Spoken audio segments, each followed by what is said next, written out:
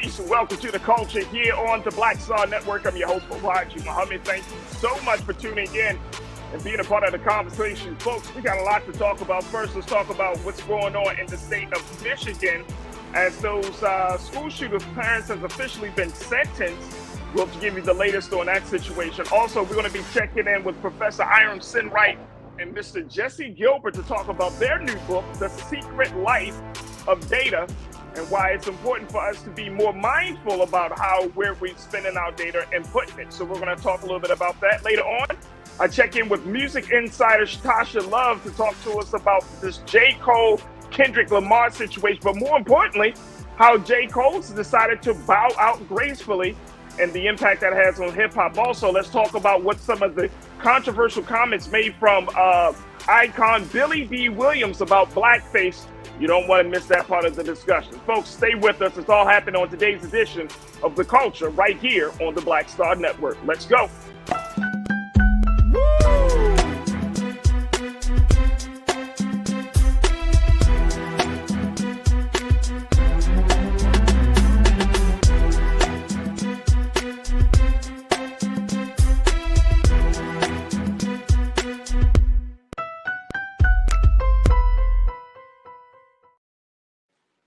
All right, folks, welcome to The Culture here on the Black Star Network. I'm your host, Farajii Muhammad. Thank you so much for tuning in and being a part of the conversation. It is Tuesday. Happy Tuesday, folks, April 9th, 2024. Man, oh man, we got a lot to talk about. First and foremost, we are streaming live on a number of different spaces and platforms. But first, check out our home platform of blackstarnetwork.com.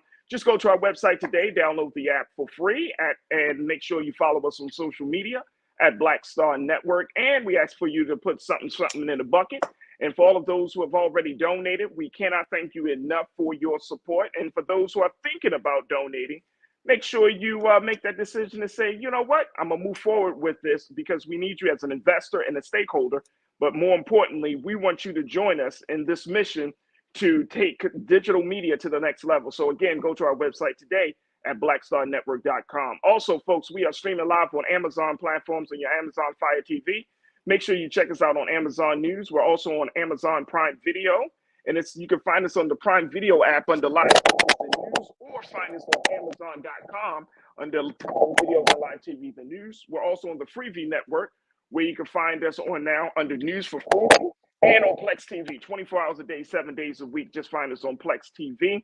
And just search for Black Star Network. Or find us under Live TV, The News, and Opinions. Now, we also streaming on Big Brother Roland Martin's social media spaces and pages. So you can find us on his Facebook page. And big shout out to the online culture crew right there on Facebook, as well as on his YouTube channel.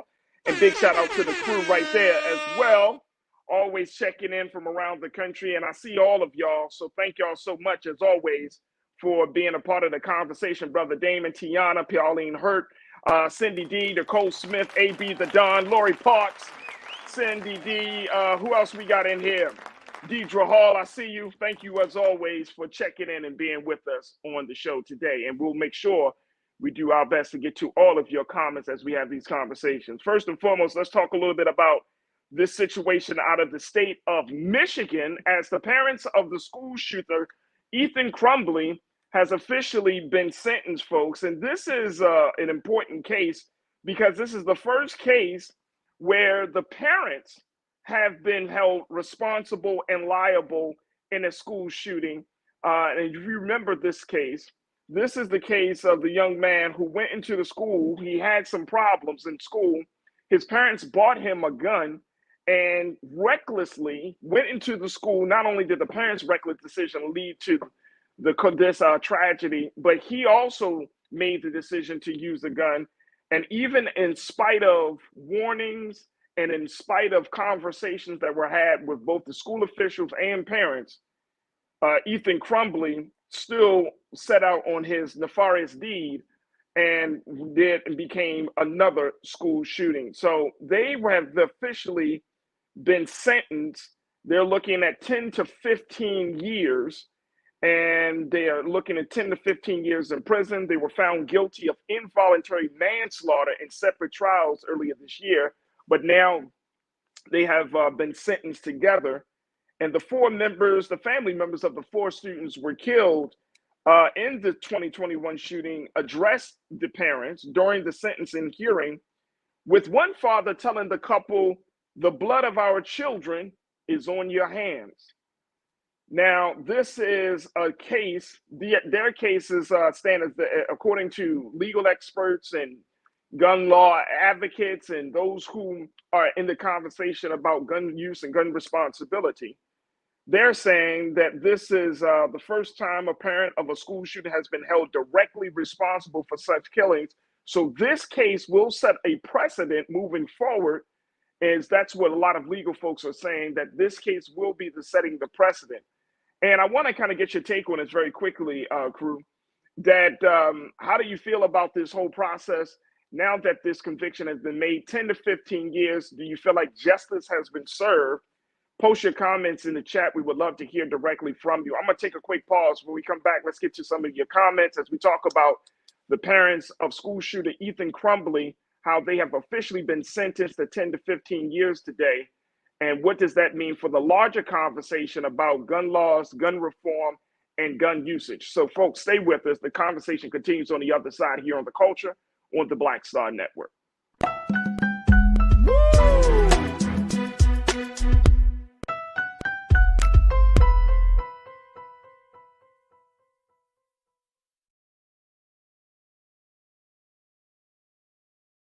Fanbase is pioneering a new era of social media and investment.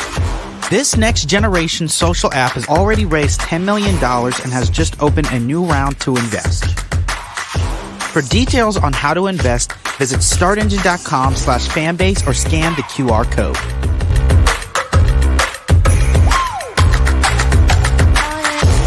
Another way we're giving you the freedom to be you without limits.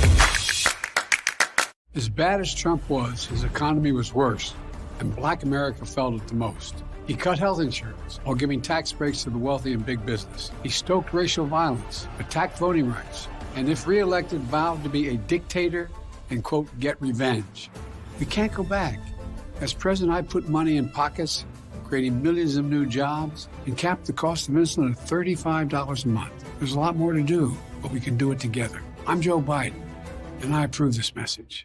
Game on. State of the Union 2024. Huge night for President Joe Biden. This was a CVS receipts type of night. He dragged the hell out of the Supreme Court. And he said, y'all gonna see the power of women. Trump's brain is melting as we speak. We want to organize from a place of strength. There's no confusion whatsoever about what they've done and what they plan to do. What Donald Trump is doing is presenting a fallacy. He is convincing them that he's all in it for them, when in fact he's all in it for himself. We do not feel Joe Biden, in spite of the success that have taken place during this administration economically. There are too many things where we do not feel like he's had our back. You should also be investing in the barbershops and the beauty salons and the hookah bars and the folks who are going to the club, and there's a way to actually get them registered because we've done it before. But if you don't have folks who understand that dynamic, then you're missing a big opportunity. So we said we just celebrated. For what? Why don't you go to Selma to celebrate rather than recommit yourself to the fight if the very thing we went to celebrate has been gutted? Republicans did not support a lot of the bills that were necessary to keep the country fluid. You can't only love your country when you win, right? Oh, no. You guys don't want another $2 trillion tax cut? This was absolutely the knockdown, drag out that we were really waiting. Black voters are the base. They're the most important base of the Democratic Party. There was very few language in this speech. At the time, we see an attack on Black history, attack on DEI. The end of the BLM racial reckoning thing has come to a complete end because there was nothing in this speech for that. Our movement has never been grounded in two-party politics in this country.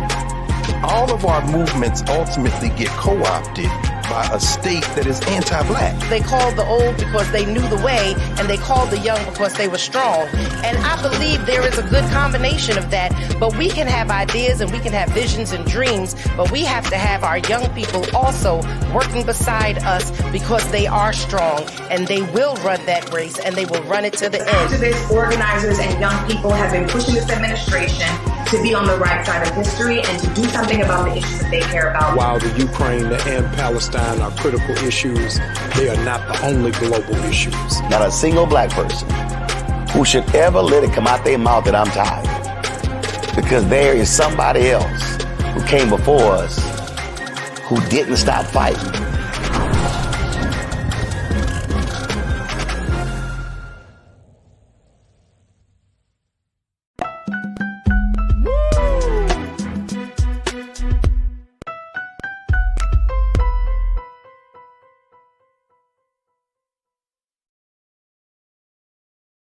All right, folks, welcome back to The Culture here on the Black Star Network. I'm your host, Farajii Muhammad. Thank you so much for tuning in and being a part of the conversation.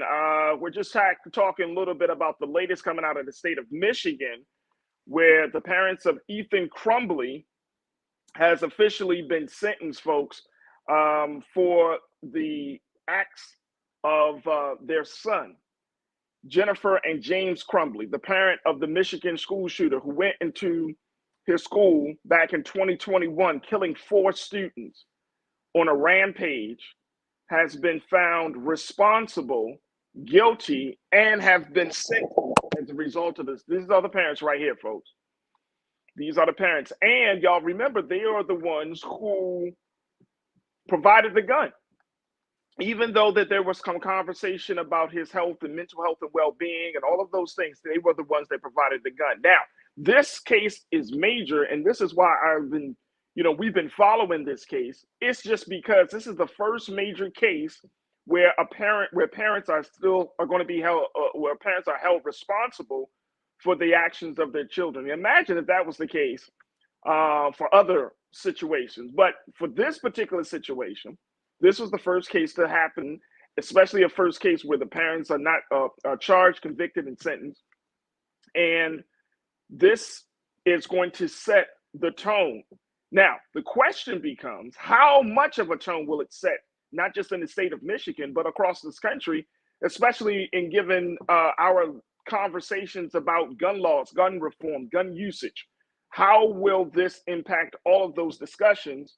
And do we expect to see some decline in gun sales? Do we expect to see more laws that require more red tape? In some states, you can buy a gun as young as 18 years old. So should we expect some significant changes, or will this case happen? We talk about it for the day, talk about it for the week, and then it kind of dies down, but nothing substantial change. All right, let me go to hearing what y'all have to say about this as we talk about these issues. And big shout out to the online culture crew. Let me go to Lori Parks. You said, what about all the other parents whose children were involved during mass shootings? Where are the charges against Kyle Rittenhouse mother, who drove her son across state lines and ended up killing people? Excellent question, Lori. Excellent question. I don't think any particular laws or anything are like retroactive, but those are excellent questions. And that's a great point to bring up. What happens now that we've had school shootings all over this country, and we've had a number of them, hundreds of them actually, of mass shootings, not just school shootings, but mass shootings, and we talked about that. But that's a great question. What happens now? Well, it may take this particular case to get the ball rolling in a different direction about how we have the conversation about school shootings, mass shootings, gun laws, and everything. Sean Ryan, you said, did the parents give him the gun? Yes. Yes. They're the ones that are responsible, Sean. They're the ones that are responsible. And it was a reckless decision because Ethan Crumbley had some mental health issues.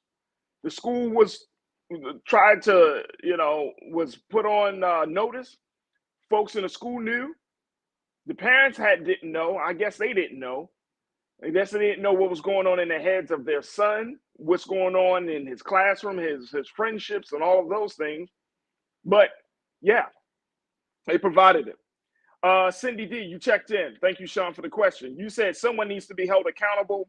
Parents are not doing enough to stop these shootings. We already know Congress is doing nothing. If enough white parents go to jail, the law will change. I see what you're saying. School shootings are still considered one of those things that we don't see Black teenagers doing. However, it's still a problem because it shines a light on the lax laws that are across this country, especially in some of these Republican-controlled states around gun issues and gun laws. So it's interesting that a case like this will come up, and then next thing you know, there's a call for more, for less reform, for less oversight. And so this is very, very interesting. So I'm going to, and I want us to kind of keep in mind as folks are having the conversation. This sentencing came down earlier today. So as folks are having this conversation, how it's going to impact Black communities, often marginalized communities, Latino communities, like for those of us who are on the other side of this, right, where we are often, what's the word I'm looking for, y'all? We're the ones profiled. We're the ones seen as the problem. We're public enemy number one. It's going to be interesting to see how this country reacts to this particular decision, this conviction, and how are this going to move forward. Very, very interesting. Look, I got to take another quick pause. When we come forward, we're going to switch gears. Let's go from talking about gun issues and parenting to now let's talking about data. We're going to keep checking in with two men who wrote the book, The Secret Life of Data, as they give us some insight as to what we're seeing on social media, on computers and technology, the wave that is happening, and are we safe? Can we protect not just our image, but our information and so much more online? Stay with us. That conversation is up next here on The Culture on the Black Star Network.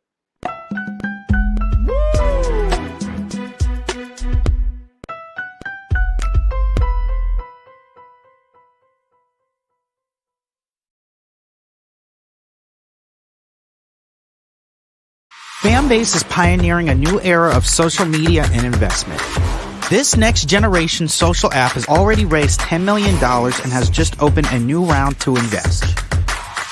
For details on how to invest, visit startengine.com/fanbase or scan the QR code.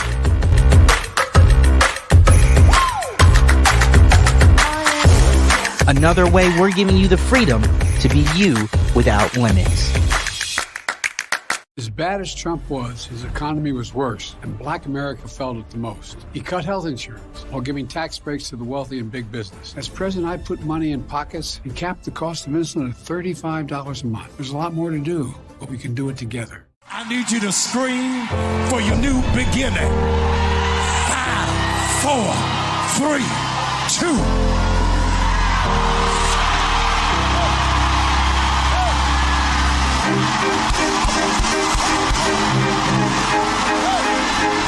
I need you to shout for it. I need you to shout for it. It won't always be like this.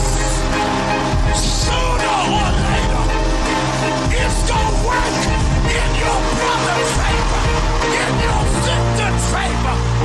They shall not die. They shall not die. They shall not die. I want you to embrace somebody and tell them welcome to the greatest season of your life. Hug somebody. Welcome.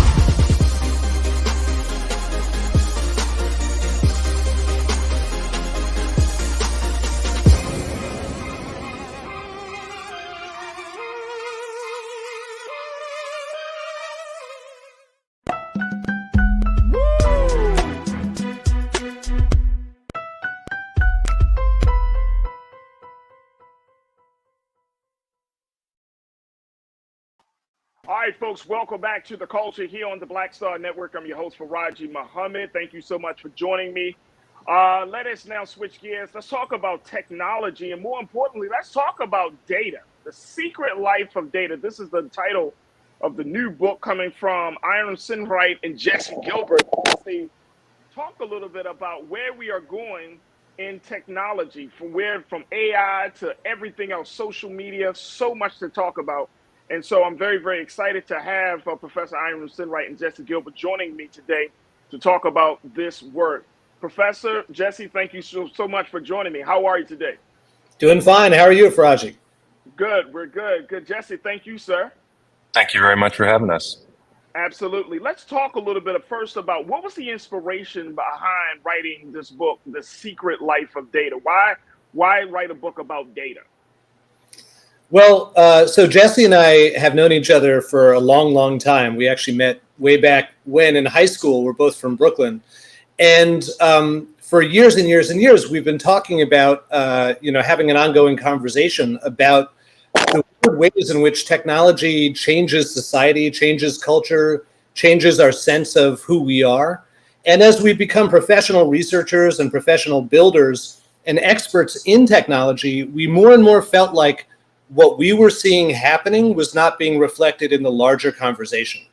Like everyday, average, ordinary people do not understand how much of their personal and intimate lives are being collected by these data organizations and used to analyze them, to predict our behaviors, to influence our behaviors, and to make money off of our backs without us participating in it. So we wanted to write a book that would speak to everybody about this subject in a kind of clear, straightforward way, using lots of interviews with other experts, using lots of engaging stories from the real world that people could connect with. And so we wouldn't have to think in abstract terms about these kind of big tech issues. Absolutely. And I appreciate you for saying that, Professor. Jesse, we are living in a time where now the relationship is that we have with technology.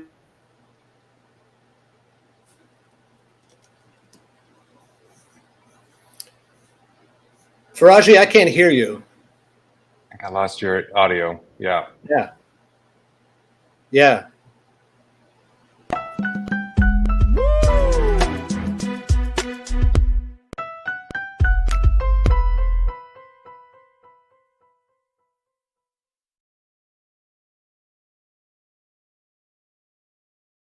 Fanbase is pioneering a new era of social media and investment. This next generation social app has already raised $10 million and has just opened a new round to invest. For details on how to invest, visit startengine.com/fanbase or scan the QR code.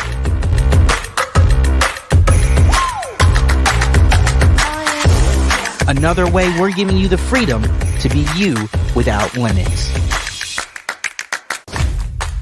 I have something I want to tell you. I am running for president. Of the United States? Holy. I'm paving the road for a lot of other people looking like me to get elected. Brooklyn's first black representative. You're about to make history. You want to be president? You ain't no man. Maybe we should find your mother. All you got is your one vote. You sound just like every other politician. Do I look like every other politician? Truly, you can't win. And why can't I win? I have an opportunity to make a difference. This isn't a campaign. It's a joke. The only thing anybody's gonna remember is that there were a bunch of black folks who made fools of themselves. I'll kill you! See too much suffering. And I don't know how to not try. We're living it proud. I don't think I'm special. I just want to remind people what's possible. We need something that's going to make some noise. The Black Panthers and Shirley Chisholm. It's like thunder and lightning. I'm going to force all the politicians to be held accountable. You're gonna do all that. School teacher from Brooklyn. Harriet was just a slave. Rosa was just a domestic. What is it you do for a living again?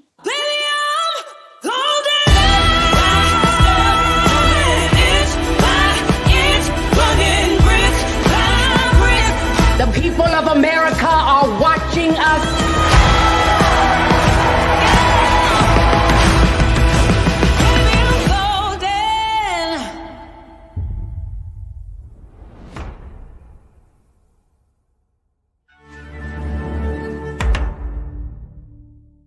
Black Star Network is here. Oh, no punch! I'm real revolutionary right now. Thank you for being the voice of Black America. All momentum we have now We have to keep this going. The video looks phenomenal. See, there's a difference between Black Star Network and Black-owned media and something like CNN. You can't be Black-owned media and be scared. It's time to be smart. Bring your eyeballs home. You dig?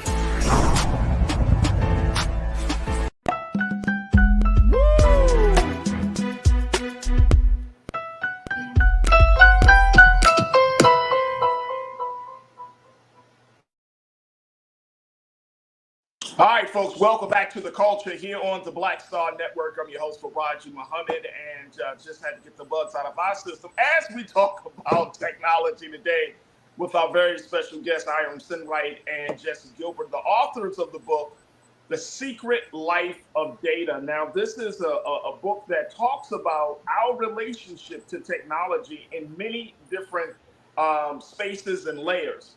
And so I wanted to just pose this question to you, Jesse, because we know that our relationship with technology is one that is fun. It can be exciting. There are a lot of opportunities, but there are great uncertainties. And I'm referring back to the moment where we saw technocrats like Mark Zuckerberg and others on Capitol Hill who had to confront the families of those who have become victimized due to Facebook and other platforms. But it just goes to show that we still don't have a grip. This is like a Frankenstein situation where the government doesn't have too many regulations. There's not enough conversations about it. I mean, this is on both sides of the aisle, both Republicans and Democrats. And technocrats like a Mark Zuckerberg and Elon Musk and others, they are shaping the context and the conversation about everything from politics to health and education. And I read one article, I think this was in The Atlantic. It was saying, yeah, this is The Atlantic. It was talking about that these gentlemen have more power than presidents of small countries. And so, Jesse, talk to us about this. Like, how do we navigate through all of that? Well, I mean, I think your point is really important here. Part of what the premise of the book is that actually these issues and the way that technology develops, really it becomes amplified by the fact that we're living in a globally networked society now, right? So when the internet was first, brought to us, and product like Facebook or YouTube, or Google, all of these felt like individually separated services. This has really scaled now, right? So the entire world is connected. We conduct our, business, our private communications. Our healthcare, our financial decisions are all centralized into technology and into these global networks. And so when we're faced with, for example, a product like a Facebook, which, is offering a quote unquote free service, we need to start asking ourselves the question of, what are we giving up? What are they gaining from access to us, from our relationships? And I think that, part of the reason we wrote the book was to try to really lay things out, as Aram said, in straightforward language, because a lot of the language around technology is pretty exclusionary. There's a lot of tech talk, a lot of acronyms, things that's shorthand for people in the know already, but actually, a lot of what really needs to happen is that we need more people involved in this conversation. We need to find ways to break through some of the roadblocks and the people who are taking advantage of these platforms don't really want us to have that knowledge and to communicate with each other and to get smart about how we use technology. And I think that that's really, ultimately why I think we're writing the book and why we want to have this conversation as widely as we can. I mean, I think it's an important conversation, but Professor, I'm wondering, is this like pushing a boulder up to the side of the hill? Because the influence, the power, and more importantly, the attitudes around technology are just so overbearing that people may not want to hear straight talk. People may not want to even, entertain the idea that they're willingly giving up sensitive information, all in the name of posting something, all in the name of putting something on there, that people don't want to think about the quote unquote consequences of this. So are we doing? Are y'all doing a certain level of disservice to people, kind of ruining the fun? I mean, I think for a lot of people, the fun has already ended, right? Like for those of us who are old enough to remember the internet 15 years ago, it was a totally different animal. Now it almost feels like, we have to keep up. Like, our friends are on Insta showing us their best lives, and our colleagues are on LinkedIn showing off their credentials, and we've got to be up there just to kind of keep up. And that's not fun. That's like a struggle. And that's extra labor on us that ends up creating profits in the pockets of people like Mark Zuckerberg and Elon Musk. I think, we got very depressed while we were working on this book. Like it was just like story after story after story that was just like, oh my God, I can't believe these people are doing this with technology. How are we ever going to get out from under this giant foot? And so we ended up making the decision to spend a lot of the end of the book focused on like positive things that people are doing to reclaim power and ultimately reclaim humanity in the face of this kind of datafication of our lives. And we actually came up with a bunch of really interesting and valuable examples. Everything from people changing the way that they dress and speak and look to resist kind of the technological lure, to people advocating for new laws and policies like the one that we see Congress considering right now that would create data privacy laws for all Americans at the federal level, to new technologies of resistance where people are using not just VPNs, but more kind of interesting ways of fighting back against big tech extracting data from them every time they do anything or go anywhere or say anything. And so, there's a lot of great examples that we can follow. And in a lot of cases, it's actually more fun to fight back than it is to just kind of roll over and take it. So should we be afraid at this point, Professor Jesse? Should we be in a space where, and there's a lot of fear. It's like all or nothing right now. And I know that I follow an organization on X platform that advocates for responsible relationships and responsible use of technology. But should we be afraid at this point, Jesse?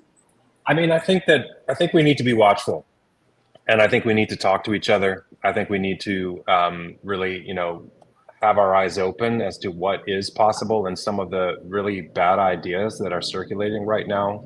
If you look at, the use of technology in law enforcement, for example, I think there's very good reason to be afraid, concerned, and active and involved in this conversation, because I think that, a lot of what I think has emerged, in, at least for me in writing the book and talking to all these different experts and thinking about this so much lately is, a lot of this is governed by our shared sense of ethics about technology, which really is still emerging, right? This is all pretty new. We're in a lot of legal gray areas. I think that also points to the fact that we have the power to shape the conversation much more than we have. And I think that, ultimately, the more people that are involved in that conversation and that really, that we hold people accountable, we hold companies accountable, we enlist our representatives to actually be involved in crafting common sense legislation around privacy, around, the rights of individuals in the face of these big corporations. I think that there's reason, as Aram said, to be optimistic, but we have to be active. Is there, and I want, we got to take another pause, but I'm wondering for Black people in this country, for Latinos, for groups of people who have often been on the fringe or often been marginalized when we see things like this happen, what type of concerns or rather challenges should we expect in our relationship and uses of technology now? Because we're finding, have you found that certain messages and certain ways of handling Black America's data is different from how it's handled by white American? I want to get your take on that on the other side, guys. So just stick with us. Stay with us, folks. Join us in the conversation as we check in with Iron Sinwright and Jesse Gilbert, the author of the book. These two guys wrote a book called The Secret Life of Data. And it's about everything from generative AI, about data collection, and so much more, and why it's important for us to have this conversation about our relationship with technology. We're going to continue the discussion on the other side. Stay with us. It's The Culture here on the Black Star Network.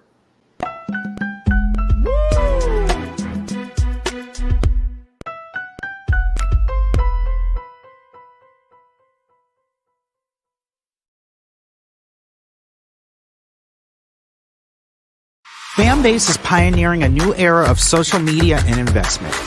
This next generation social app has already raised $10 million and has just opened a new round to invest.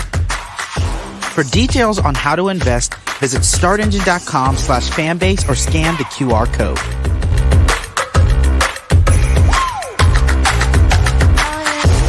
Another way we're giving you the freedom to be you without limits. As bad as Trump was, his economy was worse, and Black America felt it the most. He cut health insurance while giving tax breaks to the wealthy and big business. He stoked racial violence, attacked voting rights, and if reelected, vowed to be a dictator and, quote, get revenge. We can't go back. As president, I put money in pockets, creating millions of new jobs, and capped the cost of insulin at $35 a month. There's a lot more to do, but we can do it together. I'm Joe Biden, and I approve this message. Terry and I, we couldn't play in the white clubs in Minnesota. It felt like such a, strength through adversity type moment that I think Black people just have to go through. We have to figure it out. Right. We make lemons out of lemonade. But there's a reason we rented a ballroom, did our own show, promoted it, got like 1,500 people to come out. Clubs were sitting empty. They were like, "Where's everybody at?" And I said, "They're down watching the band you wouldn't hire."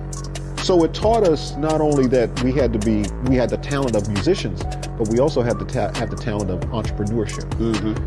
It wasn't like a seat at the table. It's like, no, let's build the table. That's right. We got to build the table. And, That's right. And that was the thing. And of course, after that, we got all kinds of offers. Of course. Right, to come play in the clubs. But we didn't do it. We You're said, like, no, we good. No, we're good. We're good. And that's what put us on a path of national. And of course, when Prince made it, then it was like, okay, we see it can be done.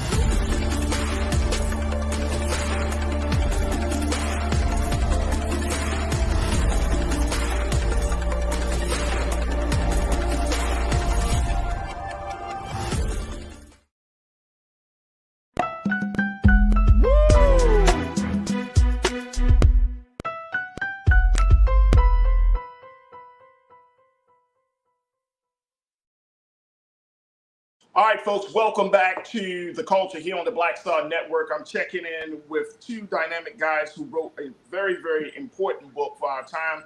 I'm talking to Iram Sinreich and Jesse Gilbert, who are the authors of the book, The Secret Life of Data, Navigating Hype and Uncertainty in the Age of Algorithmic Surveillance, folks. Now, this may sound like, oh, well, this is a lot of big words, this is a lot of stuff. But these guys actually wrote a book that you can read about technology. They break it down. They have numerous conversations with experts and those in the tech field about what is happening in America. What is our relationship to technology and so much more? And I want to get back to that question because around how Black America uses technology, the relationship there. And did you find, Professor and Jesse, did y'all find like that there were some targeted marketing that was being done, that the way that the data that comes from Black America is handled differently or is targeted in a different way than it is for white America? Are you seeing those type of racial components even in technology? Professor, I want to get your take on that, please. Oh, for sure. Basically, every technology that uses data accelerates racism in one way or another.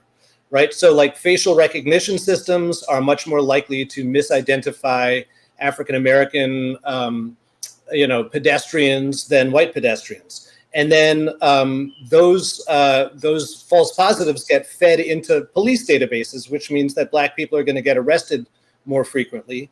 And when you're arrested and brought to trial, flawed, biased algorithms assign a higher bail to Black people than to white people, controlling for all other variables, which means higher incarceration rates for Black people, which becomes, another kind of like data point in the algorithm that is more likely to identify Black people as criminals in this kind of self-perpetuating cycle. And if it sounds familiar, like the justice system did that before algorithms came along, but algorithms both amplify it and give it this kind of sheen of like, well, computers can't be wrong, so therefore what the police are doing must be right. That is one of many, many, many examples of the ways in which racism gets kind of baked into these systems and taken for granted when police departments, financial services companies, healthcare organizations, educational organizations, and others begin to use these algorithms in the course of doing their everyday business. And Jesse, how do Black folks in this country, how does, Latino communities, those of us who have often been marginalized by systems already, and now we're in a new space and we're being targeted and marginalized, how do we fight back against that? I think you got on you. Are you on mute? Sorry about that. No problem. Go ahead. I'm here. Yeah, important question. I think that, I think that, again, I think that it's important for us, to educate ourselves about what is happening, to speak truth to power when we can, to advocate for change, to advocate for regulations, to have these kinds of conversations amongst ourselves about what are you seeing, where, how are these things being applied. As Aram said, for example, if you look at the amplification of bias, in everyday situations, like, applying for credit or dealing with insurance companies, where, now we have this sheen of objectivity within these decisions. I think that really one of the things that we are finding is that a lot of these companies that are employing this, they don't want the smoke. They don't want bad press, right? We have to hold them accountable for these biased practices, and we're seeing a lot of that happening in social media, in the online communities that are being formed, such as this network, where we're actually talking about it, and the lived experiences that we're having, these can actually be shared, and we can use that to bring pressure. I think that there's another thing that Aram kind of alluded to, but which we should keep in mind, which is that we need to understand our data footprint. We need to understand some of the tools that are available to us, right? So virtual private networks, for example, which are available for free or low cost. They enable you to interact and transact on a network in an encrypted fashion. They are perfectly legal. Everyone has the right to use them. I don't know, how widely they're used within the African American community, but they should be, because I think that it's something that if we can actually take proactive steps and at least make it harder for the casual criminal or the casual law enforcement agent to look at our data, I think that we need to be smart about how we use technology now. And there are tools available that we can use to do that. We just have to find them. Oh, no, I totally agree. And I love how in your description for the book, when you're talking about it, it says the secret life of data focuses primarily on the long-term consequences of humanity's recent rush toward digitizing, storing, and analyzing every piece of data about ourselves and the world we live in. And I love that because it really does serve as a synopsis of what we are doing right now. We are rushing to this technology without anyone saying, hey, we might want to slow this thing down a little bit, especially within Black communities and marginalized communities that have been on the fringes of this thing, right? Because it's been presented to us, as you said, Jesse, you're talking about the sheen. If you're an entrepreneur, put your business on social media. If you're a content creator, put your business on social media. If you want to make money, put your business on social media. If you want to talk about your feelings, just go online and talk about it. And it's like everything comes back to the central point, Professor, which is why I've had these conversations. You've been with me for years. We have these conversations because as much as this is a powerful, powerful medium, it does get to the point where you're asking, like, damn, am I doing too much? If I'm putting too much, am I too dependent on this? Because I remember growing up in the 90s, guys. No, life wasn't like this. It was a different world. And we're talking about 30 years ago, you know what I'm saying? Like things was different. So let's talk a little bit about this before I just want to get your take on this. Now there's great concern, Professor Jesse, around children and technology. Our children are growing up on iPads. Our children are being exposed from YouTube to everything else. How do we interact? How do we intervene? And more importantly, how do we not create a generation that is going to be so dependent on technology that it won't be able to have a proper relationship with it? So a lot of those concerns about kids are legitimate, but they're misplacing the blame to a certain extent on the kids and the parents themselves, when it's the system, the larger system, that's really to blame for a lot of the bad stuff that happens, right? So you and I, Farajii, have talked before about, for instance, how Instagram makes young women feel badly about their bodies and causes them to engage in self-harm. That would not happen if Instagram was prevented legally from collecting data about those young women and then feeding them back information that made them feel worse about themselves, right? So it's not just that we need to keep kids off of technology, because if we do that, then they'll never be able to get a job in a technology-saturated world or communicate with their far-flung friends. Like, there's all kinds of good things about technology. What we need to do is rein in these big tech companies and stop them from trapping us inside of data feedback loops, where they figure out what our vulnerabilities are, and then they target those vulnerabilities with information designed to make us do something that we wouldn't otherwise do. Now, that might mean something simple like buying a pair of shoes we don't need, but it might mean like voting for Donald Trump, which is actually the way that he got into office in 2016, which was through these like targeted disinformation campaigns that were literally aimed at people who were too neurotic to tell the difference between truth and conspiracy theories. Right? Hey, look, and you know what it makes me think of, Professor? It makes me think of that AI image that was created of Donald Trump and quote unquote his so-called black supporters, and they all laughing and having a moment. And I'm thinking to myself, and it wasn't like the Trump campaign. This is just a follower of his who came up with this image, and it just went viral. And it was like, really, this is, and of course, news and everybody spoke about it. We talked a little bit about it here, but there were a lot of people that saw that and said, oh, he must have did this. They look pretty happy. And I have to say, Professor Jesse, the image looked very convincing. I don't think anybody, AI is getting more and more sharper, and the image looked very convincing.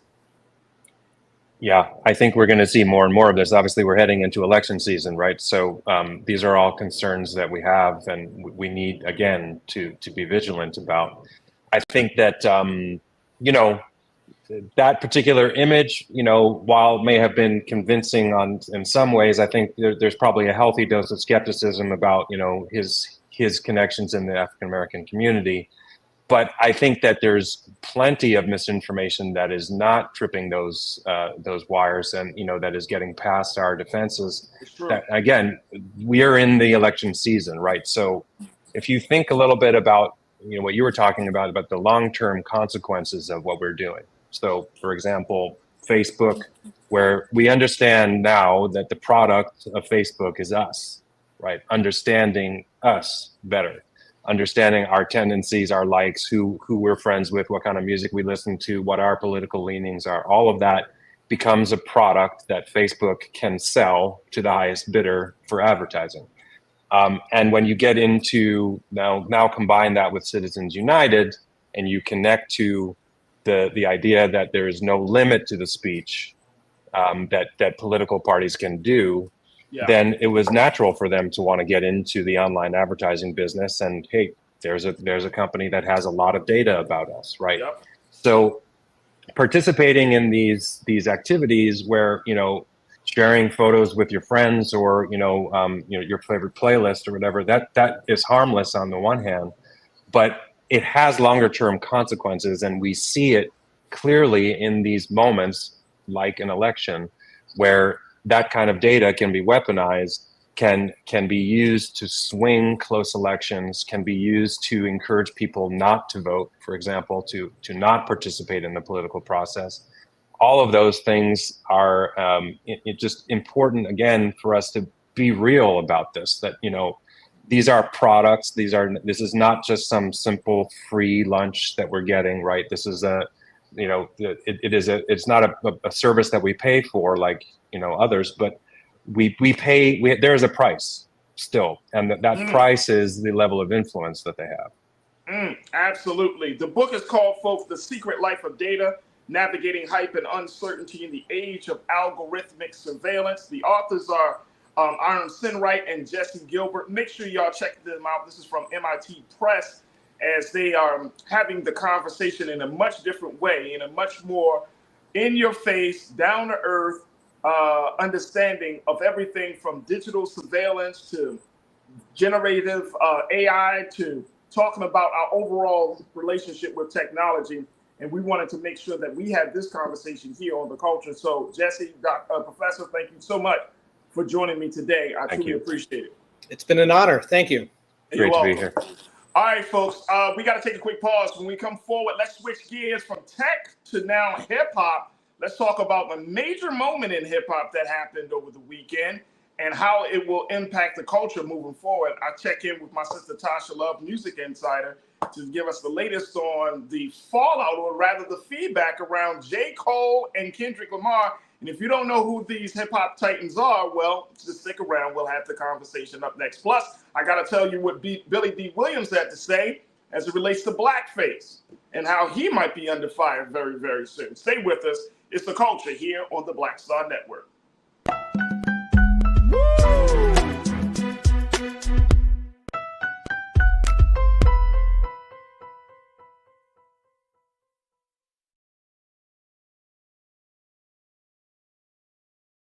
Fanbase is pioneering a new era of social media and investment.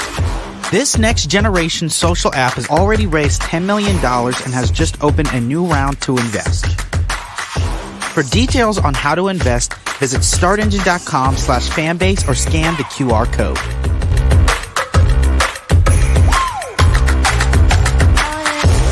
Another way we're giving you the freedom to be you without limits. As bad as Trump was, his economy was worse, and Black America felt it the most. He cut health insurance while giving tax breaks to the wealthy and big business. As president, I put money in pockets and capped the cost of insulin at $35 a month. There's a lot more to do, but we can do it together. When you talk about blackness and what happens in black culture, we're about covering these things that matter to us, speaking to our issues and concerns. This is a genuine people-powered movement. There's a lot of stuff that we're not getting. You get it, and you spread the word. We wish to plead our own cause, to long have others spoken for us. We cannot tell our own story if we can't pay for it. This is about covering us. Invest in black-owned media. Your dollars matter. We don't have to keep asking them to cover our stuff. So please support us in what we do, folks. We want to hit 2,000 people, $50 this month, raise $100,000. We're behind 100,000, so we want to hit that. Y'all money makes this possible. Check some money orders. Go to P.O. Box 57196, Washington, D.C. 20037-0196. The Cash App is $RM Unfiltered. PayPal is R Martin Unfiltered. Venmo is RM Unfiltered. Zelle is Roland@RolandSMartin.com.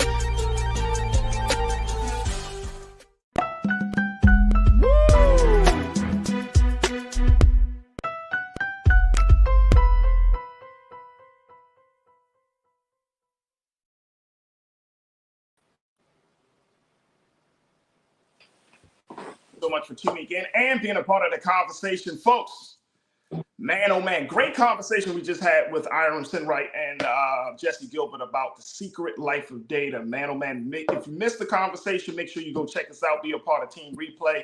We would love to hear what you have to say as we have these discussions. But folks, I gotta let you know, we are streaming on so many different spaces and platforms. First, check us out on our home website, theblackstarnetwork.com. Just download the app for free. Follow us on social media at Black Star Network, and we would love to get your support on us as well. We're also streaming on Amazon News on your Fire TV. We're also on Amazon Prime Video, so you can check us out there. On the Prime Video app under Live TV, The News, or find us on Amazon.com under Prime Video, then Live TV, The News. We're also streaming on the Freevee Network, and you can find us on now under News for Freevee, as well as Plex TV, 24 hours a day, 7 days a week. Just search for Black Star Network or find us on the live TV, the news and opinions. Now, we're also streaming on Big Brother Roland Martin's social media pages, on his Facebook page. So big shout out to the online culture crew there. On the X platform, thank you so much, crew, for being there. And on his YouTube channel. And thank you, crew, for being there as well. So if you haven't had a chance to join the chat, now is your time to do so as we have these conversations. All right, now let's switch gears. Let's talk about hip hop. Now, you know, the show is called The Culture, so I got to bring you up to date on what's going on in the culture that inspires the show, which is the hip hop culture. And over the past couple of days, there was a big move that was done. Legendary, as some have called it, as in a recent rap beef. Now, there are beefs happening in rap all the time. But when you have two major artists, such as JCole, Drake, and Kendrick Lamar, all going for it, everybody is trying to figure out, how is this thing going to play out? Well, it is interesting how it did end.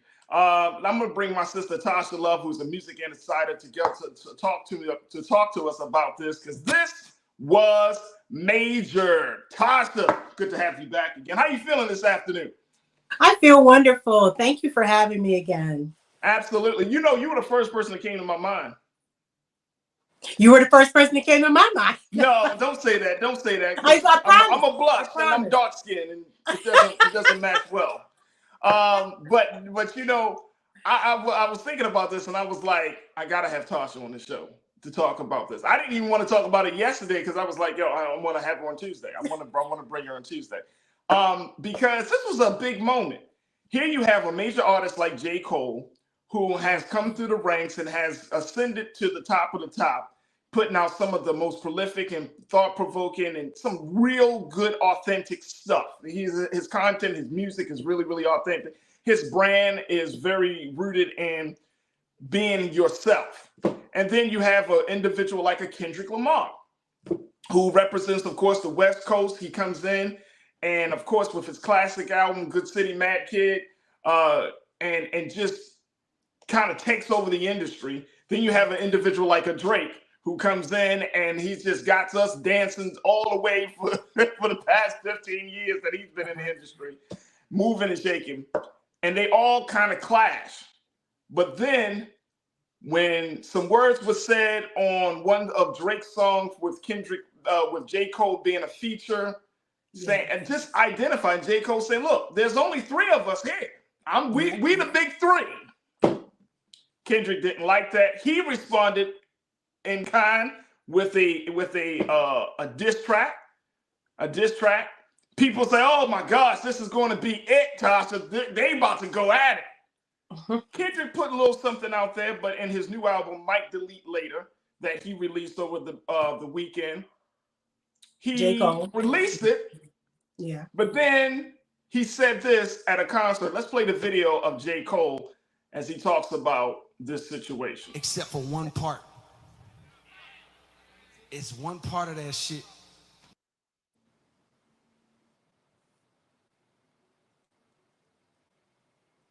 That make me feel like, man, that's the lamest shit I ever did in my fucking life, right? And I know this is not what a lot of people want to hear. I know I can hear my niggas up there right now like, nah, don't do that. But I got to keep it 100 with y'all, right? I damn near had a relapse, right?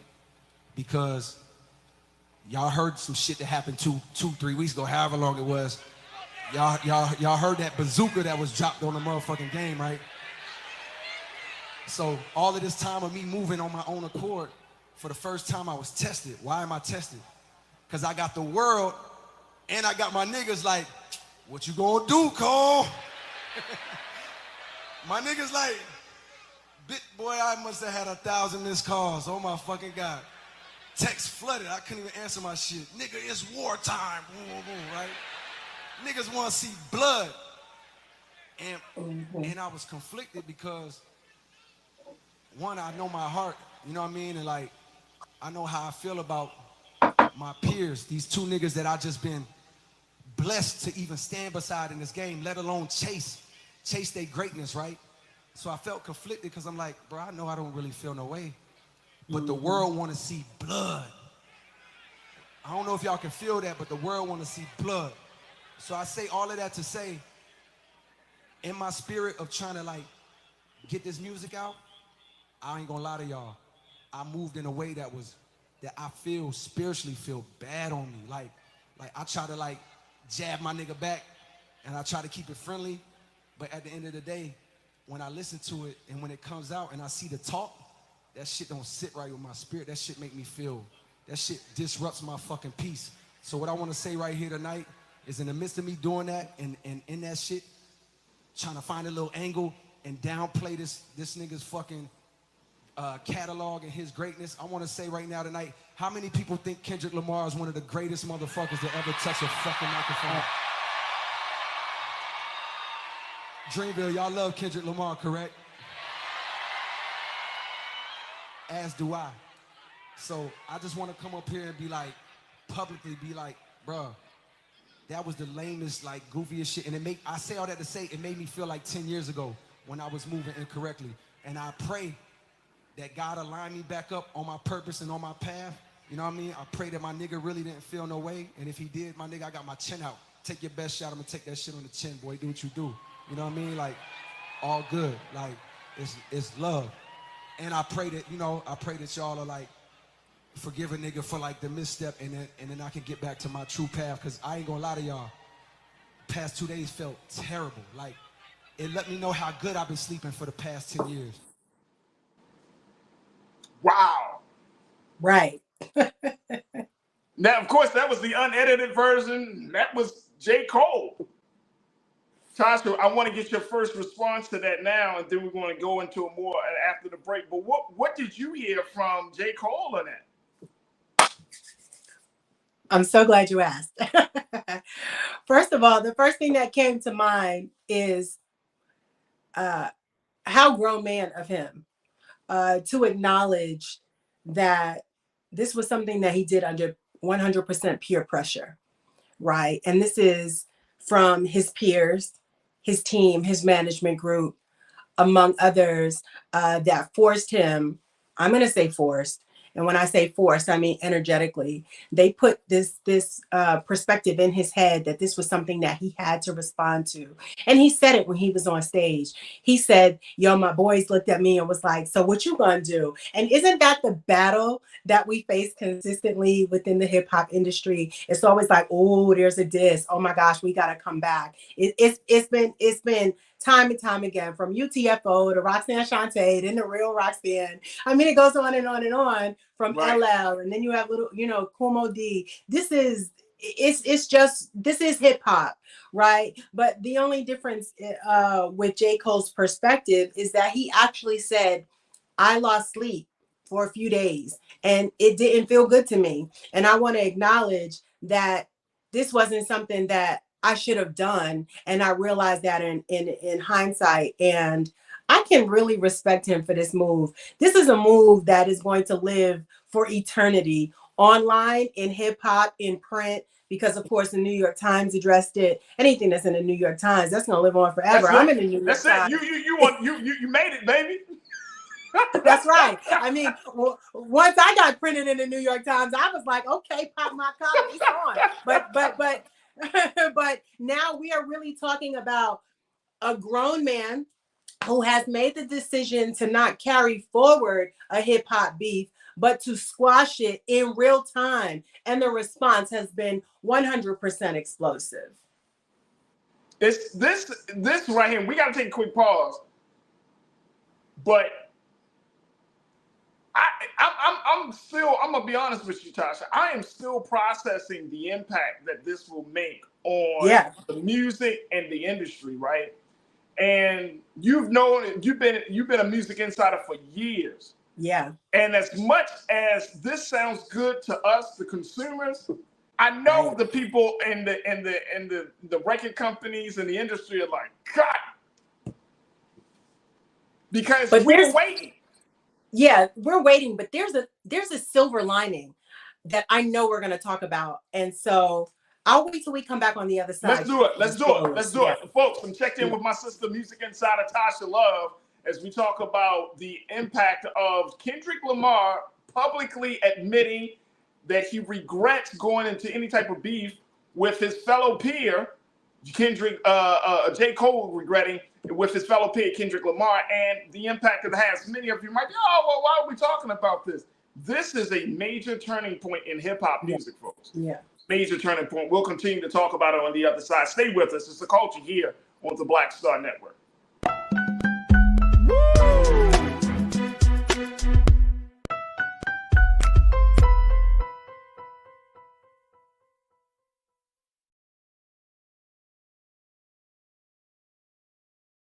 As bad as Trump was, his economy was worse, and Black America felt it the most. He cut health insurance while giving tax breaks to the wealthy and big business. He stoked racial violence, attacked voting rights, and if reelected, vowed to be a dictator and, quote, get revenge. We can't go back.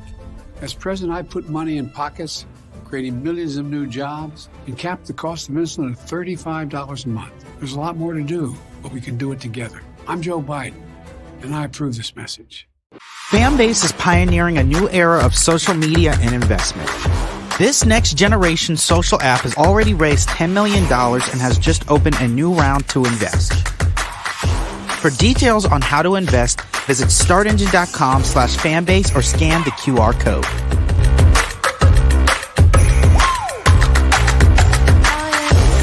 Another way we're giving you the freedom to be you without limits.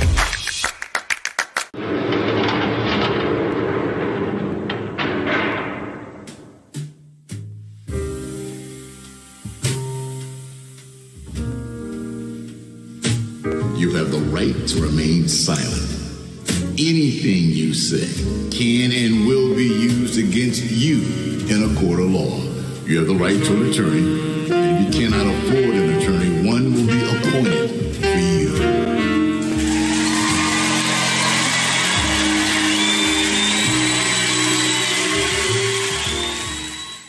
When you talk about blackness and what happens in black culture, we're about covering these things that matter to us, speaking to our issues and concerns. This is a genuine people-powered movement. There's a lot of stuff that we're not getting. You get it, and you spread the word. We wish to plead our own cause. Too long have others spoken for us. We cannot tell our own story if we can't pay for it. This is about covering us. Invest in black-owned media. Your dollars matter. We don't have to keep asking them to cover our stuff. So please support us in what we do, folks. We want to hit 2,000 people, $50 this month, raise $100,000. We're behind 100,000, so we want to hit that. Y'all money makes this possible.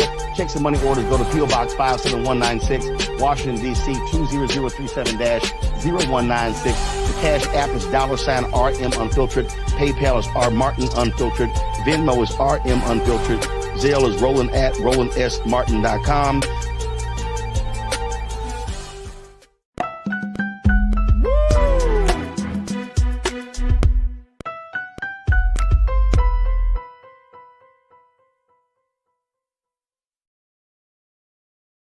All right, folks, welcome back to the culture here on the Black Star Network. I'm your host, Farajii Muhammad, joined by my sister and music insider, Tasha Love, as we talk about JCole regretting his any type of diss towards fellow artist Kendrick Lamar. He made a public statement just a few days ago, just talking about how it just didn't sit with his spirit to go at his brother, because he still got love and respect and admiration for his brother. He came up in the hip hop industry with his brother, with him being on one side and Kendrick being on the other in terms of the coast.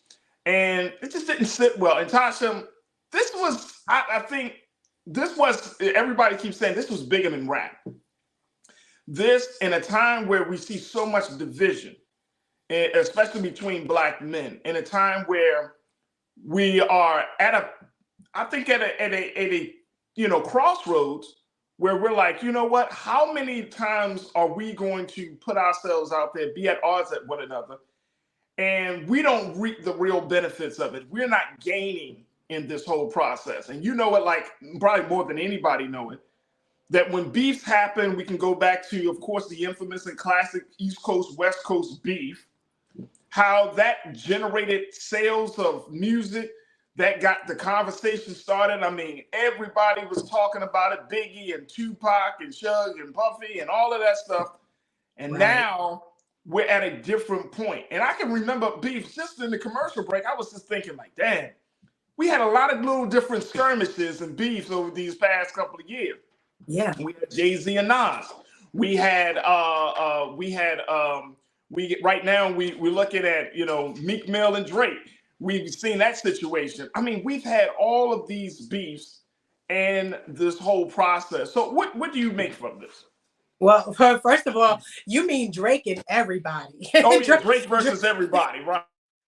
Drake is at war with everybody, even Rihanna. I mean, unproblematic. And then not only that, but you could even look at what they tried to do between Monica and Brandy. I mean, there is a methodical madness really to the music industry because it all equals sales, right?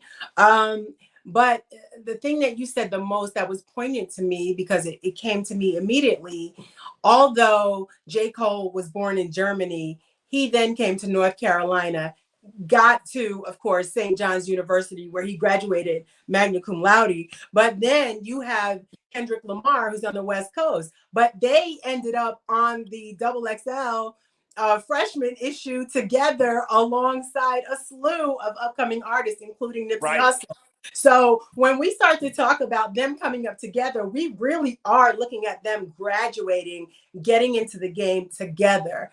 And one of the things that really sticks out to me is that they have come through the ranks together. And going back to what you said about the big three, we're talking about Drake, K-Dot, Kendrick Lamar, and of course, JCole. Well, it was really them linking up to say, you know what, we're all kind of on the same vibe. We get along, you get along, I like you. Okay, cool. We got the kind of, you know, same rap style. We could all really flow together. However, JCole then on one of those songs talked about how, yes, the big three, but I'm Muhammad Ali.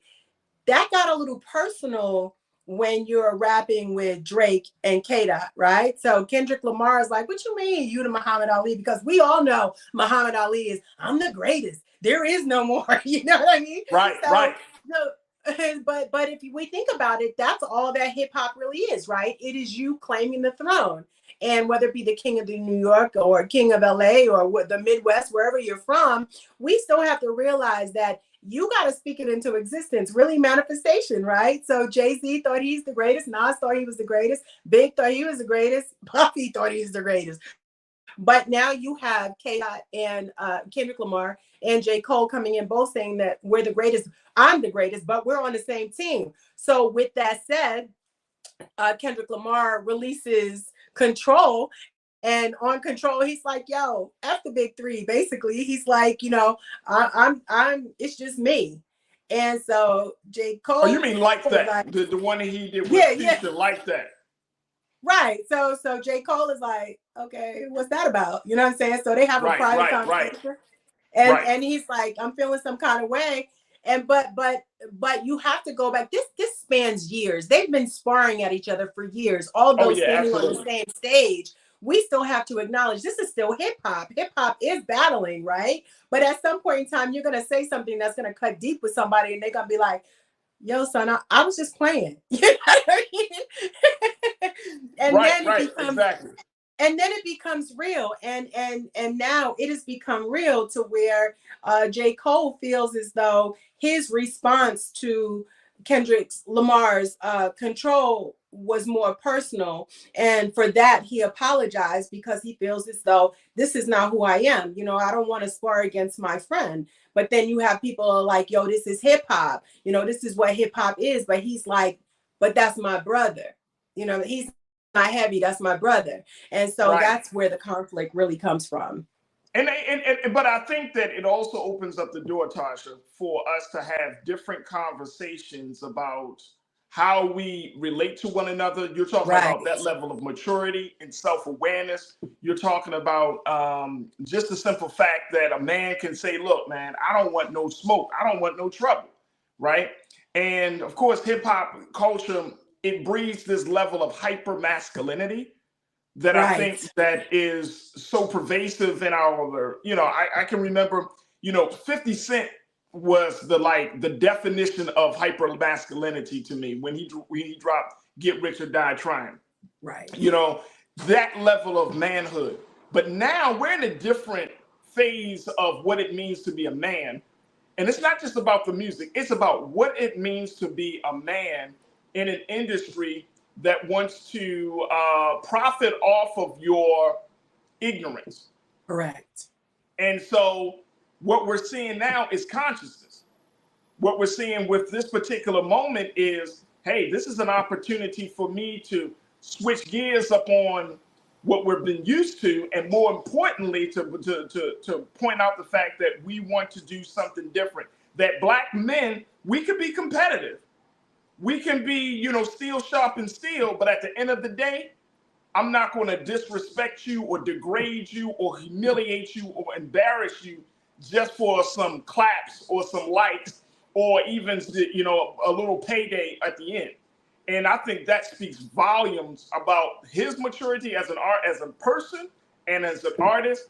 And I'm sure Kendrick would probably like, damn. You know what I'm saying? Like, damn. Well, you know, like, we could really, we are in a different time from 50 Cent's How to Rob, right? On 50 Cent's How to Rob, he robbed everybody in the industry, and it was kind of like his introduction into music, where he robbed Jay-Z. He robbed everybody from the East Coast, West Coast, Mid Coast, whatever. And that was a lyrical play, right? That was hip hop. But the thing that makes this so particularly personal between the big three, Drake, K-Dot, and JCole, is that they really are boys. And I think, first of all, we need to recognize that Drake is a little sensitive, right? We know that he's sensitive about his relationships. Wait a minute, you say, hey, Tasha, you said that like Drake don't put out no emo albums. We a little sensitive. I mean, if we're going to keep it real in the culture. He is sensitive to an extent, but then he always wants to put on this mob guy type of, which. Well, and that's the new thing. That's the new thing. We're kind of seeing a gangster Drake kind of creep out. I mean, the first diss to K-Dot, you know, he recorded, and when I say he, I mean Drake recorded one of his videos in Compton. Okay, Kendrick Lamar is from LA. Okay, that's a little bit disrespectful, right? But if we're going to keep it in the realm of hip hop and say, okay, that's what you're supposed to do, right? You're supposed to step in their territory and you're supposed to be like, I'm here, what's up? The only thing that makes this different with JCole is that JCole and Kendrick Lamar really had a friendship.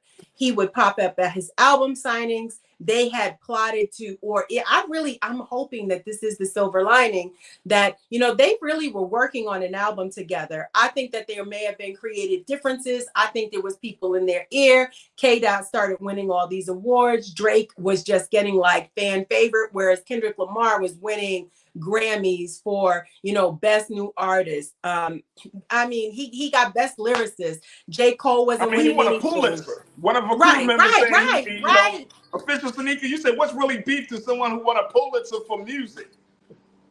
So people are in their feelings right now. It's like, let me coddle the baby. And so, but that is the level of hip hop and greatness that all artists aspire to. So when one gets there before the other and they're all neck and neck, you know, it's like when you go to the carnival and you're all racing the little horses and you're trying to see who's going to win. This is what's happening in hip hop. The only thing is that there are still feelings involved. JCole, we have to understand, JCole is a different kind of hip hop artist, right? You know, we want to say, oh, he's soft, he rides the bike around New York. So what? To me, he saved on money from buying a Bugatti. Why does he have to flash around like, you know, the other artists that are, you know, they may pimp from their Maybach on a music video where he's like, yo, this is my bike. I'm chilling. You know, I got to get from point A to point B. Gas is expensive. What's the problem with that? People find that to be soft. And I think that that's the problem. Just because you apologize to one of your boys, one of your friends, and we have to think that they're both parents. They're both setting the standard for how their children are going to be raised in this environment when they're dealing with other people that they call their friends. Their kids were probably like, Daddy, why you dissing Uncle K? You know what I'm saying? Right, like, we don't know what that's about. But at the end of the day, I'm not mad at him, although there are several people, there are several bloggers, there are several hip hop industry people who feel like, oh, he's soft because he's apologized. Yo, this is hip hop. What happened to hip hop? You know what? There can be a significant calm in the waters in hip hop where everybody gets acknowledged for their own individual craft, as opposed to having to go and throw salt in somebody else or on somebody else or in that wound. However, we do need a space of healing in hip hop. And I think back to and really wonder, what if Biggie and Tupac talk to each other like this? Oh, it would have made a difference. Hey, one classic example of this, as we take our next pause, one classic example is we saw two titans going back, heavyweights going at it years ago. Jay-Z, Nas, they had a couple of, both of them. Ether. Bow down. But guess what? Even at that stage, those two black men realized this can't get off wax. At this stage, and some of people in the chat right now are like upset that we're even having a conversation about this, because they're like, well, why are we even talking about this? Oh, well, because it's hip hop. This is hip hop. Let me tell you, but look, I was watching a documentary over the weekend from Vice, and they were talking about the year of 1989. And it was talking about how hip hop was so prevalent. Of course, they had Chuck D and other voices, Arsenio Hall on it. But then it talked about how hip hop was always this underground energy, this underground music, this movement, right? That captured the ears of young people. And I think it's important that as you and I and others have grown up as hip hop children, right? We grew up under this culture, that we should always be able to look at the current culture, because that's the current culture that's shaping the thinking of the next generation of young people. That even as we get older, I can't act as if, oh man, that black children aren't listening to, I don't know, Lil Baby, Lil Yachty, to this person, that person. You know what I'm saying? You have your son at 10 years old. My son is 10 years old. That's right. And they're going to be influenced, right? How they're seeing this work. And so we have a responsibility. I think we have a responsibility as people, as consumers, but we more have a responsibility because we have spaces and a mic in front of us, and we have platforms to say, you know what, let's make sure that this culture doesn't become even more destructive. There's so much that's already in the culture, from misogyny to violence to all types of behaviors that are being advocated. And so, we do need to have a conversation when vulnerability, when brotherhood or sisterhood is being expressed, because at the end of the day, this is still our culture. That's right. And not only this is still our culture. And I don't care what nobody say, hip hop has brought a high level of consciousness to black people in this country, unlike any other genre of music. A lot of us didn't get conscious until we heard a Chuck D or KRS-One or Rakim. We didn't get conscious until we heard some of these men and these women who have been voices.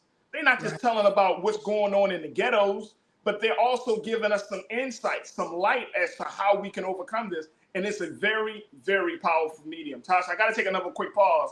When we come back, let's continue the conversation. Plus, I'm going to share with you folks what Billy D. Williams had to say about blackface and how he might be under fire very, very soon. Stay with us. It's The Culture here on the Black Star Network.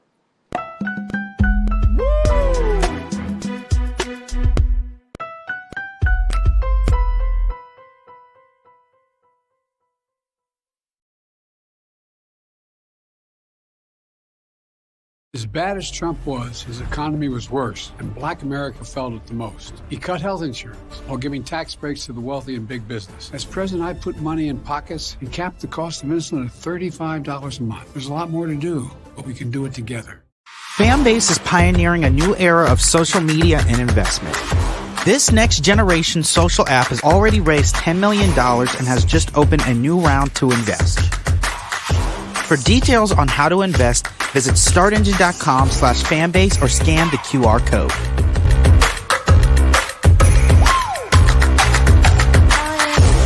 Another way we're giving you the freedom to be you without limits. Black Star Network is here. Oh, no punch! The I'm real revolutionary right now. Thank you for being the voice of Black America. All momentum we have now, we have to keep this going. The video looks phenomenal. See, there's a difference between Black Star Network and Black-owned media and something like CNN. You can't be Black-owned media and be scared. It's time to be smart. Bring your eyeballs home. You dig?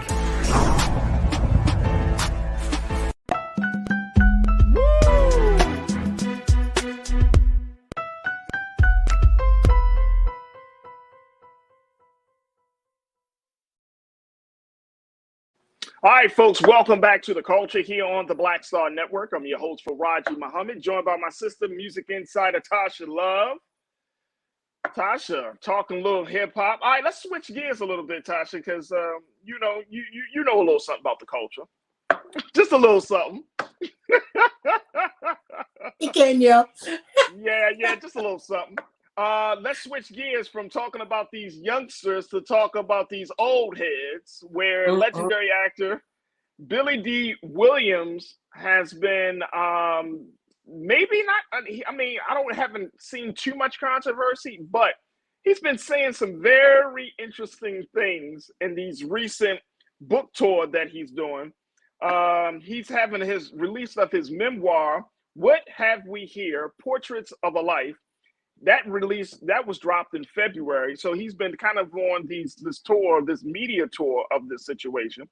But in a new interview with Club Random with Bill Maher, that was released over the weekend, he revealed that he believes actors should do anything that they want, including donning blackface in performances.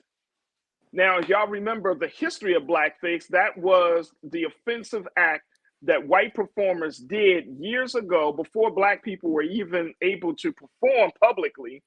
And it was often contextualized as minstrel show practices of white actors, where they use paint, burnt cork, shoe polish, etc. They emphasize the size of their lips to incorrectly and stereotypically portray Black characters, and all in the while of dehumanizing Black history and Black people as a whole.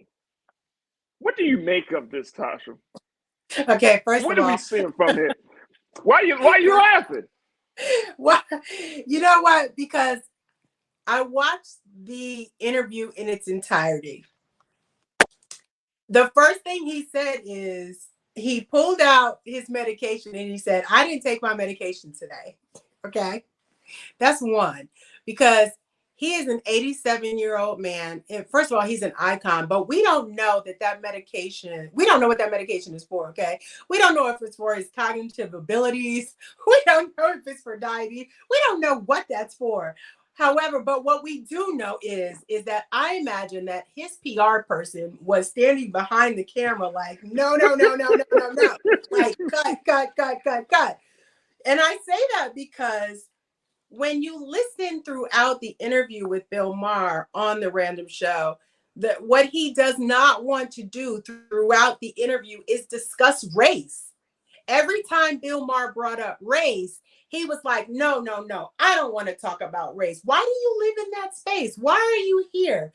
Which tells me that he has not reconciled within himself about the racial issues that we go through. One of the things that Bill Maher asked him was like, okay, so what do you identify as, as an African-American artist? He was like, no. I'm half Indian. Like, so to me already, he's already coming like, no, don't deem me as African-American. Listen, I've got Portuguese in my family. I've got Black people in my family. I've got Indian in my family. But guess what? I'm Black. You know why? Because this is what society deems me as, and it's what I was raised as. So I'm not going to say, oh, only take one piece of me. So with that, automatically, he sees in his eyesight, and he said this throughout, it really is how you look at, everything that you were raised as from a child. He said that, what is your perspective? He called his own grandmother a bigot. And then he talked about Jewish people. He talked about, oh, but I'm Jew, or something he said about Jewish people. So to him, he really is. I don't mean this disrespectfully, because I consider Billy D. Williams an icon. When I met him, I introduced my mother to him. He was very kind. He came into my office. I thought he was extremely polite, but had I known that this was his thought process, I probably would have carried the conversation a little deeper. And I would have said, hey, listen, we need to have a conversation about blackface, because at the end of the day, it was traumatic for our culture and it was incorrect. Yet he praises the artists that were performing in blackface. And he even said he laughed when he saw the portrayal of a particular artist. It escapes my name. The name escapes me right now, but he says that, this particular artist thought that the character in blackface should have looked like Paul Robeson. So he tooted his butt out because Black people have big butts. I say all this to say he's an 87-year-old man living in a time warp. For whatever reason, he does not think that he is considered African American. I think that his publicist is probably on damage control right now. I mean, damage control. I remember when he was on The View, and I think the sister Sunny Hostin, he was kind of had a little exchange with her. When the book first dropped, and she was like, as a Black man, and just a normal journalistic moment.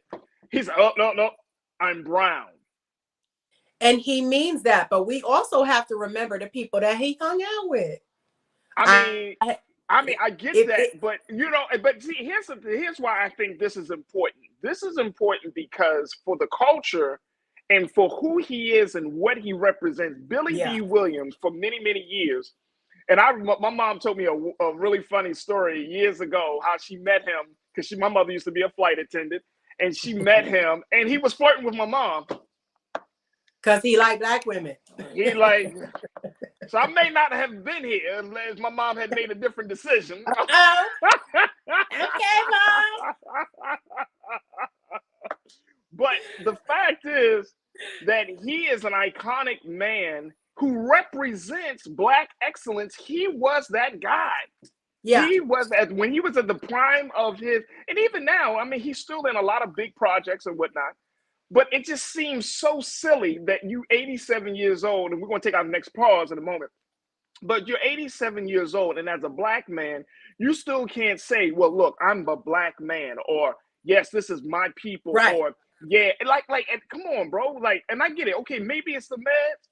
But then I'm going back to the point you just made, Tasha. It could just simply be the fact that you have not reconciled with that you have lived in Hollywood, this bubble, so long that people treat you one way, but you're not thinking about the treatment of your people being another way because you're just so insulated and in a bubble. And it's, when I see older Black people like that, it's sad. There's a saying, I'm sure you probably heard this, Tasha. You use the term elders, and then you use the term old. Billy D. Williams right now, you sounding old. Yeah.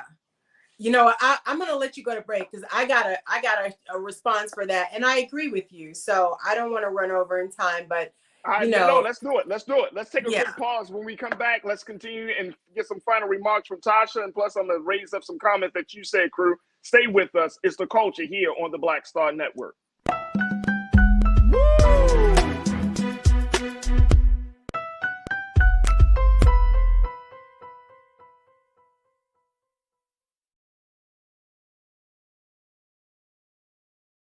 As bad as Trump was, his economy was worse, and Black America felt it the most. He cut health insurance while giving tax breaks to the wealthy and big business. As president, I put money in pockets and capped the cost of insulin at $35 a month. There's a lot more to do, but we can do it together. Fanbase is pioneering a new era of social media and investment. This next generation social app has already raised $10 million and has just opened a new round to invest.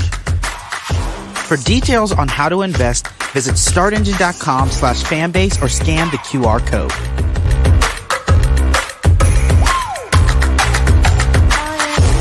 Another way we're giving you the freedom to be you without limits. Black Star Network is here. Oh, no punch! I'm real revolutionary right now. Thank you for being the voice of Black America. All momentum we have now, We have to keep this going. The video looks phenomenal. See, there's a difference between Black Star Network and Black-owned media and something like CNN. You can't be Black-owned media and be scared. It's time to be smart. Bring your eyeballs home. You dig?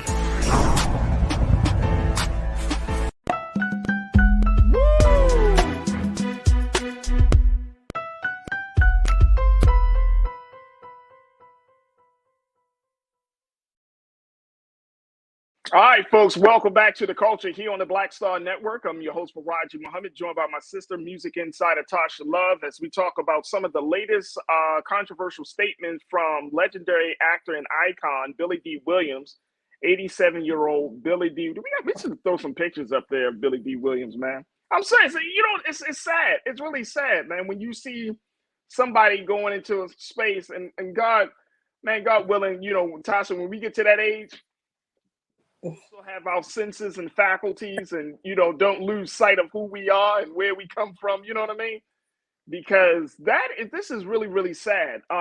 So he made some statements, of course, saying that he doesn't mind actors donning blackface. But then he even gets further into the moment where he talks about, you know, this idea when Bill Maher pressed him on it and say, well, you can't do blackface in a time like now today. It would be considered, you know, offensive. Insulting. And insulting. Billy D. Williams responds, why? Actors should do it. If you're an actor, you should do anything you want to do. Listen. With all due respect, he said the point. He went on to say, the point is you don't go through life feeling like I'm a victim. I refuse to go through life saying to the world, I'm pissed off. I'm not going to be pissed off 24 hours a day. I'm not asking you to be pissed off, Mr. Williams. What we're simply asking is that you acknowledge, that you keep in mind that, you know what, this is an offensive. Blackface, you can't redraw that. You know what I'm saying? You can't just be like, you know what, I'm going to recontextualize this racist act and now black people can do blackface. Can you imagine if a black man tries to go around as a white man? Listen, first things that we have to deal with is recognize that Billy D. Williams came up in a time where he had to hide who he really was. Okay, right. So let's acknowledge that. And in him hiding his blackness, in an effort to get the roles that he desired, Star Wars, you know, all of that, he really need to come in like, oh, I don't see color. I'm an actor. Ha ha, he he. I laugh at your racial jokes. That's what it comes across as opposed to taking a political stance as some of the other actors that have come out during his time frame. He came out and was a poignant, and when I say was, I mean during the time of civil rights, he had a voice. Did he use it? No, he didn't. He stayed silent and played the parts that he was paid to play. He wasn't out on, marching in D.C. with Muhammad Ali and the other actors that were with Dr. Martin Luther King. He chose to play it safe. And he's telling us to his face, to our faces, this is what I believe. And at this point in time, like Maya said, we need to believe him. You know, he played it safe. We can't blame him for that. However, I see him as the artist saying, you gonna let my arm fall off? I mean, even when Florence introduced herself, it was like, wait, let me go change my hair. You know, in the Jefferson. Right. He was our black actor when he needed to be. But when he needed to represent our culture, he's telling us that he didn't because he didn't see a problem with it. And can we really fault him for that? This is the way that he was raised. And that's just, it is what it is. I get it though, Tasha. But I'm upset. I want to make it known to him that I am upset.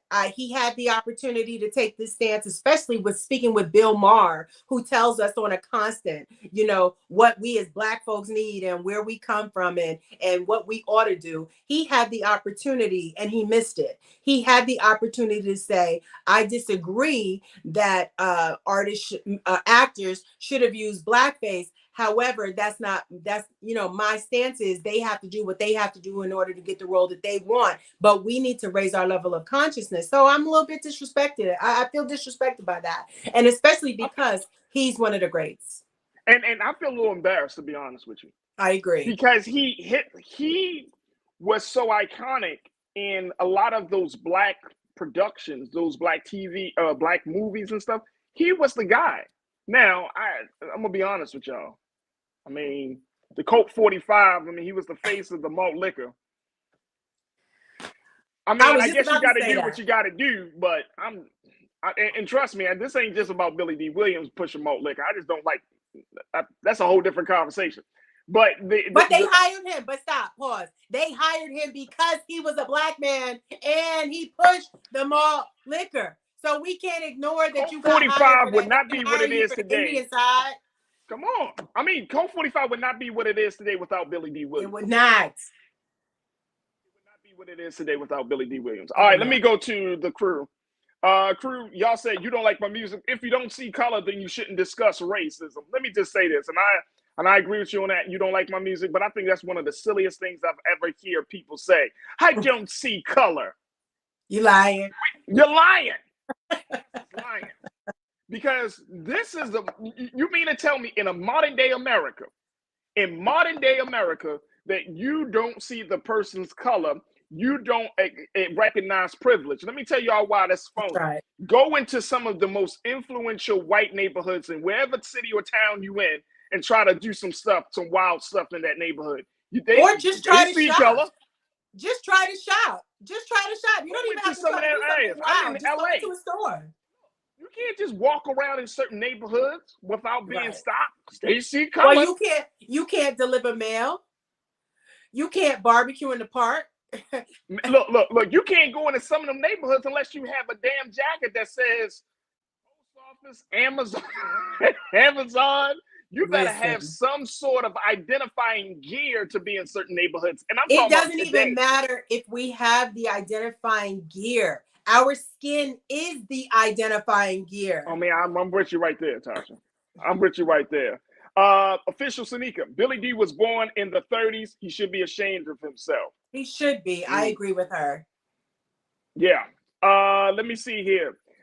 Brian Christian, you say, Billy was supposed to be the Two-Face in Tim Burton's Batman 3 movie. That wasn't made, but there's a book version of it. Yeah, absolutely. Janae, you say, I saw him on a book tour, and he feels like an artist should get the part regardless of race. He still feels some kind of way about his role in Star Wars with that fame and not getting other parts after. Absolutely. Hollywood sees color. That's right. That's why he hasn't been getting more industry that you're a part of, they see color. And you mean to tell me at 87 years old, and this is so bad because I'm not trying to even, I'm feeling JCole's spirit right now. Like, it's useless. I'm serious. It's useless to try to go in and go hard and slam Billy D. Williams. Mr. Williams, I ain't even trying to do that. You're 87 years old, sir. You did what you're supposed to do for the culture, but in these sunset years, it's not even worth it. It's not worth it. But you know what? We're learning until the day we die, right? You mean to tell me that he has no loved ones around him to tell him that he's wrong or to educate him? My dad educates me. I educate my dad, as do I with my mother. If my mother and I disagree about something, we talk about it. If my brothers and I disagree about something, we discuss it and we get each other's perspective. So same thing with my girlfriends, Takia, Deshelle, Marsha, everybody else, Donna. When we have conversations, we see each other's point of view and we move forward from there. We don't ignore it. We acknowledge it and we have a full discussion about it. And if a mind is changed, we could at least say, you know what? I appreciate your opinion on that. And I see your perspective. Nobody in his family is saying, look, Unc, there's a new age, a new time. I hear what you're saying. However, you are not 100% Cherokee. You are, in fact, even if you're Cherokee, your skin is brown and they view you as a black man. And we need to have a different discussion. Just because you're 87 doesn't mean that you get let off the hook. It does mean that we need to monitor your vitals and we need to consider another form of education for you if you don't understand where we are at this very moment in time, especially as it relates to race relations with Trump running for president. See, I said that I wasn't going to go in, but Tasha will. Tasha Love will. I mean, it's a culture, man. This is who we are. Look. I didn't want to. I mean, but that's why I got her. That's why I got Tasha Love on today, y'all. Because I didn't want to go in, but you're right. I'm here for you. Everything you just said is absolutely correct, and I think that this should be, as we close out, this should be a situation that a lot of older Black folks, not just people in Hollywood, just in general, right? Like, we should never get to a point, and I hope and pray that God doesn't put me in this position where I'm comfortable with just the confines, the boundaries, the limitations, the labels that society put on me. Yeah. That at every year of my life, I'm breaking through something to change how people see me, and I'm redefining myself, evolving itself without losing myself. That's right. Without losing myself. Tasha Love, my sister, Music Insider. Tasha, you know what? You keep going in like this, you're gonna have a segment. Well, listen. I gotta bring you back on. So let's continue to have the conversation. My sister Tasha. Tasha, how can folks find you on social media? You know what? I created something just for the culture audience. You can find me on Instagram at On Air with Tasha Love.